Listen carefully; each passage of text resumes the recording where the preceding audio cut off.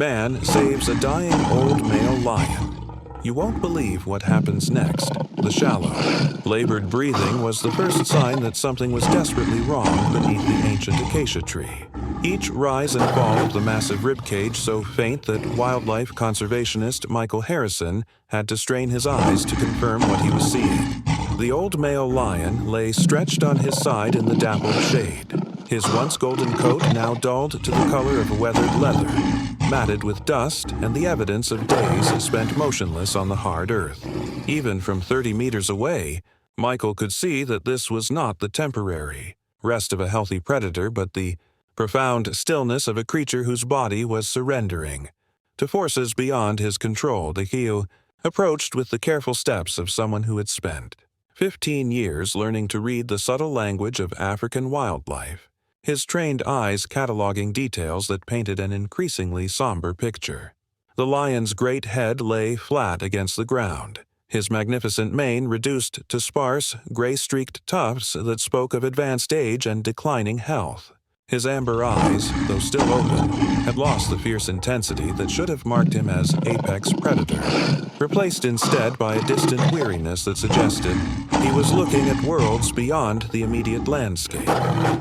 The conservationist's heart sank as he recognized the telltale signs of a lion in his final decline. The great cat's breathing was not just labored but irregular, sometimes pausing for long seconds before resuming with visible effort. His powerful limbs, which had once carried him across vast territories and brought down prey animals twice his size, now lay splayed awkwardly beneath him, lacking the strength to maintain even basic posture. Most telling was the way flies had begun to gather around his eyes and muzzle, insects that healthy lions would normally dispel with an irritated flick of ear or tail. This was clearly a patriarch, perhaps 20 years old or more, bearing the scars and worn features that marked him as a veteran of countless territorial battles and successful hunts. His massive skull and the breadth of his shoulders suggested he had once been a dominant male, the kind of lion whose roar could carry for miles and whose presence alone could determine the movement patterns of entire herds.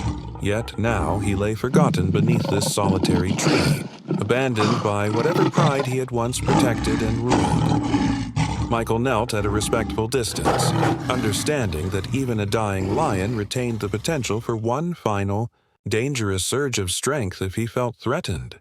The great cat's ears swiveled slightly at the sound of human approach, but his head remained pressed to the earth as if lifting it would require more energy than his failing body could provide. There was something profoundly tragic about witnessing the end of such a magnificent creature, a living embodiment of wilderness majesty reduced to shallow breaths and the patient approach of death. "Easy there, old king," Michael whispered, his voice carrying the reverence due to a creature whose very existence had shaped the ecosystem for decades. The afternoon sun filtered through the acacia's thorny branches, casting shifting patterns of light across the lion's motionless form as time itself seemed to slow in recognition of a monarch's final hours. Michael's decision to remain with the dying lion through the approaching night came not from any expectation of success, but from the deeper understanding that no creature should face its final hours alone. He retrieved his emergency supplies from the Land Rover, a collapsible water bowl, basic veterinary kit, and a thermal blanket that might provide some comfort against the cooling air. The great cat's breathing remained shallow and irregular as Michael settled into position several meters away, close enough to help, but far enough to avoid causing additional stress to an animal whose energy reserves were already critically depleted. The first act of care was the simplest, but perhaps most crucial. Michael poured clean water into the bowl and placed it within reach of the lion's muzzle, understanding that dehydration was likely accelerating the great cat's decline. For nearly an hour, the water sat untouched, but eventually the lion's pink tongue emerged to take tentative laps, each small amount absorbed immediately by tissues that had been starved of moisture. The sight of that tongue moving, however weakly, represented the first sign that the ancient predator's body was still fighting for survival. As darkness settled over the savannah, Michael established a gentle routine of care that respected the boundaries between their species while offering what comfort he could provide. He used a damp cloth to clean around the lion's eyes and nostrils, removing the accumulated dust and debris that had gathered during his long vigil beneath the acacia. The great cat's amber eyes tracked these movements with growing awareness, no longer holding the distant gaze of an animal preparing for death, but showing signs of engagement with his immediate surroundings. Throughout the long hours of the night, Michael maintained his quiet presence, occasionally offering water and adjusting the thermal blanket he had draped over the lion's hindquarters to help maintain body temperature as the desert air grew cold. The most remarkable change came gradually, so slowly that it might have been missed by a less patient observer.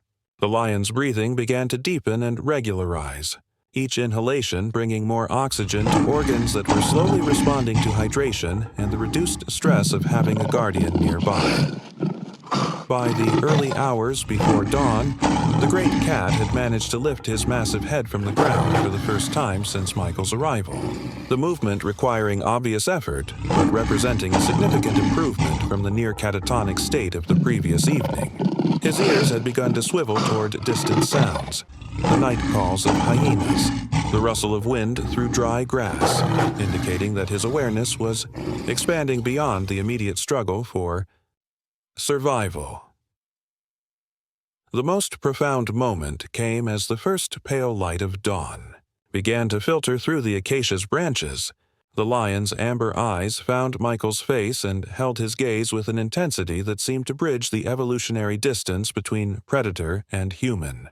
There was recognition in that look, not the simple awareness of prey recognizing predator, but something deeper that spoke to the ancient covenant between all living things facing mortality together.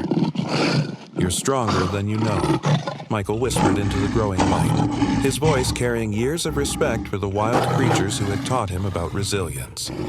The lion's response was to shift his weight, drawing his powerful front legs beneath his chest in preparation for what would be his first attempt to rise since collapsing beneath the tree. The lion's rise from the earth came in stages, each movement a testament to will overcoming the limitations of age and exhaustion. Michael watched as the great cat gathered his legs beneath him, muscles trembling with effort as he pushed his massive frame upright for the first time in what might have been days. But instead of collapsing back to the ground or seeking more water, the old king did something that stopped Michael's breath entirely. He began walking with slow, deliberate steps toward a cluster of sandstone rocks 50 meters away, pausing every few strides to look back with unmistakable intention.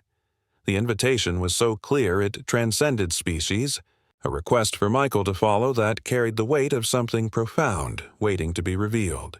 The lion's gait was unsteady but purposeful, each paw placed with the care of an animal conserving every ounce of remaining strength for a journey that clearly held deep significance. His great head turned repeatedly to ensure Michael was following, amber eyes holding a gravity that spoke of secrets carried through the long night of his vigil. As they approached the rocky outcrop, Michael began to understand the truth that had sustained this magnificent creature through what should have been his final hours. Lying in the shadow of the largest boulder, partially hidden by tufts of dried grass, was the still form of a lioness whose golden coat had faded to the same weathered hue as her mate's.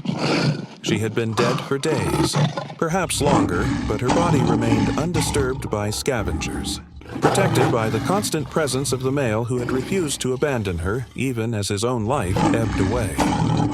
The old lion settled beside his mate with visible relief, his massive frame finally allowing itself to rest against the stone that had sheltered them both during their final chapter together. His muzzle gently touched her still flank in a gesture so tender it spoke to bonds forged across decades of shared territory, successful hunts, and cubs raised together under the endless African sky. This had been his vigil, his final act of devotion to a partnership that had defined both their lives. Michael stood at a respectful distance, understanding that he was witnessing something sacred in the language of the wild, a love story written in loyalty and loss, played out beneath stars that had watched over countless such endings throughout the long history of life on Earth. The morning light painted the rocks golden as a gentle wind stirred the grass around the reunited pair. "Rest now, old king," Michael whispered, his voice carrying across the dawn-touched landscape. The ancient lion's eyes closed as the sun climbed higher, finally allowing himself the peace that comes only when duty has been fulfilled and love has been honored to the very end.